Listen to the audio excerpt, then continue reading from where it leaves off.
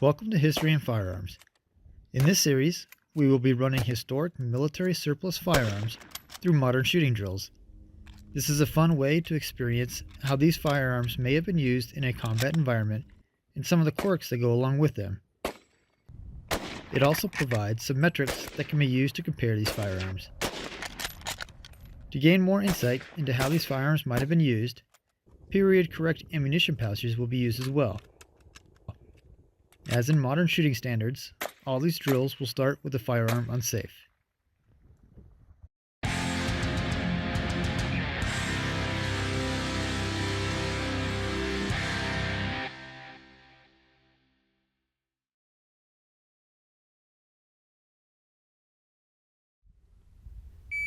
Today, we will be taking a look back at the series now that we have run a number of firearms through these drills. We can look at the times and numbers for them all and compare them in an after action report. A spreadsheet with the recorded times can be found at historyandfirearms.com, linked in the description below. First, let's take a look at the firearms used. A total of 16 rifles and carbines were put through these drills. These firearms span about 100 years of service life and come from 10 different countries. There were turbo bolt actions, straight pull actions, and semi-automatics, fed with stripper clips, and block clips, and detachable magazines. Taking a look at average first round times, they span from 1.17 seconds with the M16A1 to 3.77 seconds with the Model 38 Carcano. The two big factors in this are the safety and the sights. Weight and handling play a smaller role. I think the safety was the largest factor in the first round time. I expected the Mosin to be the worst. It did better than expected, and the Mosin ended up ranked 11 of 16 for first round time, beating out both the British SMLE and number 4, along with being nearly half a second faster than the Springfield 1903. The Carcano safety was definitely the worst, and this is reflected in the average first round time being nearly 3/4 of a second slower than the next fastest. Safeties that could be disengaged with a firing grip perform better as there is less movement. The MOS 36 does not have a safety, so it was run starting with an empty chamber. It ended up 10 out of 16. I think some of these rifles that were slower may have been better off being run safety off and chamber empty. As for sights, in general, aperture sights did better than notch sights. The M16A4 is the only one with a magnified optic, and it did well at number 3. The safety ergonomics was key in this. I think the sights on the M1903 with its small front sight post were a bigger factor in its rank than the safety. Moving to the reload split times, the M16A4 was the fastest with 5.98 seconds, and the M9130 Mosin Nagant came in last with 13.74 seconds, more than double from first to last time.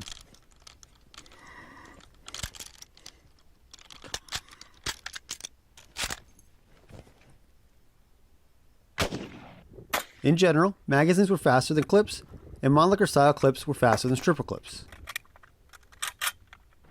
The exceptions to that were the M1 rifle and the Model 38 Carcano. The M1 rifle edged out the M1 carbine by about half a second, and the Model 38 Carcano was notably slower than the other firearms with Mannlicher style clips, and even several with stripper clips. I think this is due to the 6-round clips being taller and less stable when being inserted. Interestingly, the M1 rifle was only 15 hundredths of a second slower than the M16A1. The ammo pouches certainly played a role in these times also, but I think the largest factor was the type of loading.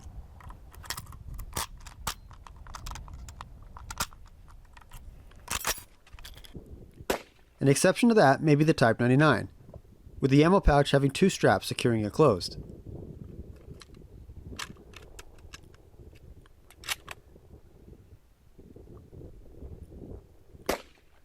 As for the cumulative times, I did not calculate any deduction for misses. There were only 3 of them, and even adding a few seconds to the time for the misses would not have really changed much. The misses were from just going too fast.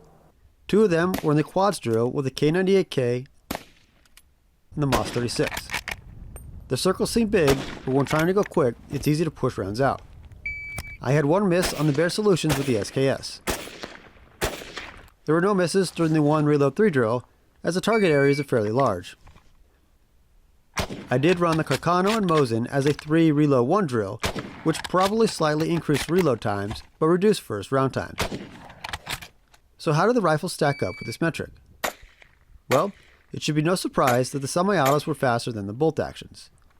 The fastest semi-auto was the M16A4 with a cumulative time of 27.08 seconds.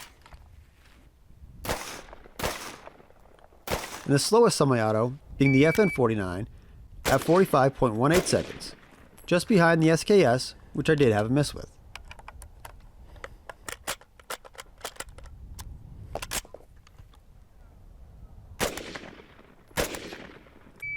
The fastest bolt action was the SMLE, or number 1, at 53.12 seconds, which is almost 8 seconds slower than the slowest semi-auto. The slowest bolt action was, unsurprisingly, the Mosin Nagant at 72.35 seconds, more than double the time of the M16A4. Also of note is the straight pull M9530 did not seem to be noticeably faster than the other turn bolt actions. So, overall, the top semi-auto is the M16A4. It had the lowest cumulative and reload split times. It was third for first round time, missing the top slot by only 0.04 of a second. The top bolt action is either the SMLE number 1 Mark III Star or the Model 1917. Their cumulative times were within 0.17 of a second, with the SMLE being on top. The 1917 edged out the SMLE on first round time by about 0.75 of a second, but the SMLE edged out the 1917 on reload time by about 0.75 of a second. Interestingly, they are both essentially British designs. The Mosin probably takes last place with the bolt actions. It was middle of the pack for the first round time, but last in reload and cumulative times. Some of the biggest surprises I found were that the Mosin safety was not as bad as expected. The reloading on the Mosin was as bad as expected though. The Carcano safety was far worse than expected. It seemed to be too hard to push with the thumb, but too small to push with the palm. The reload speed of the M1 Garand was impressive. The average reload split time was only 0.15 of a second slower than the M16A1. So in conclusion, I'll look at a couple pairs of rifles that there may be a question as to which is better, starting with the M1903 and M1917. The US ended World War I with both of these rifles in service. The decision was made to keep the 1903 as a standard post-war. Looking at these metrics, the M1917 did better in every category.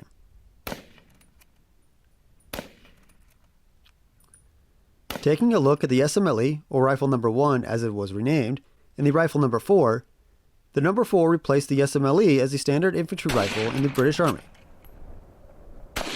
In these metrics, the SMLE did better in every category. Did these countries make the right choice? There was certainly more in the decision making, but just an interesting observation. What are your thoughts? Do you agree? Disagree? Have other opinions or experiences? Would you like to see more of this type of content? Maybe more rifles or different drills? Let me know in the comments. Thanks for watching. If you found this video interesting or helpful, go ahead and give the video a like and subscribe to the channel. Then let us know what you thought or like to see with a comment. If you'd like to support the channel, you can become a member on Patreon or YouTube, or a subscriber on Player. Links to these are in the description below. For more information on historical firearms, head on over to historyandfirearms.com.